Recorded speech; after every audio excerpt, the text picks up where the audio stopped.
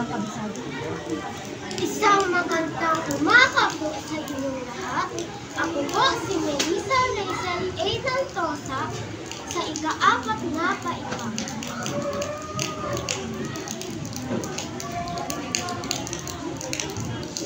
Sa wika ng ating bansa, tayo'y nagkakaisa.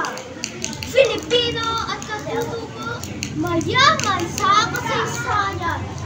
Mga salita at letra na bibigay buhay sa ating pagkatao at sa ating kinabukasan. Ang wika ay sandata ng ating pagkakaisa. Nagbubuklod sa ating lahat, walang kumanan.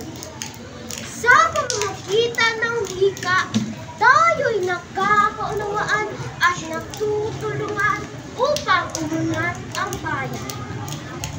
Ang Filipino at katutubo, mayaman sa kultura, nagpapakita ng ating kasaysayan at identidad.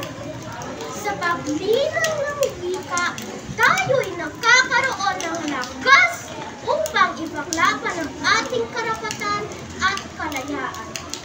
Kaya't ating ipagmalaki ang ating wika at kultura at gamitin ito upang tayo'y magkaisa.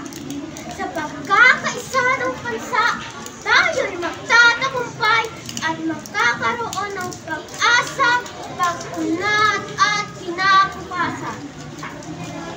Muli, isang magandang umaga po sa inyong lahat. Asa na yung last? Okay, muli po, bigyan nga po natin ng isang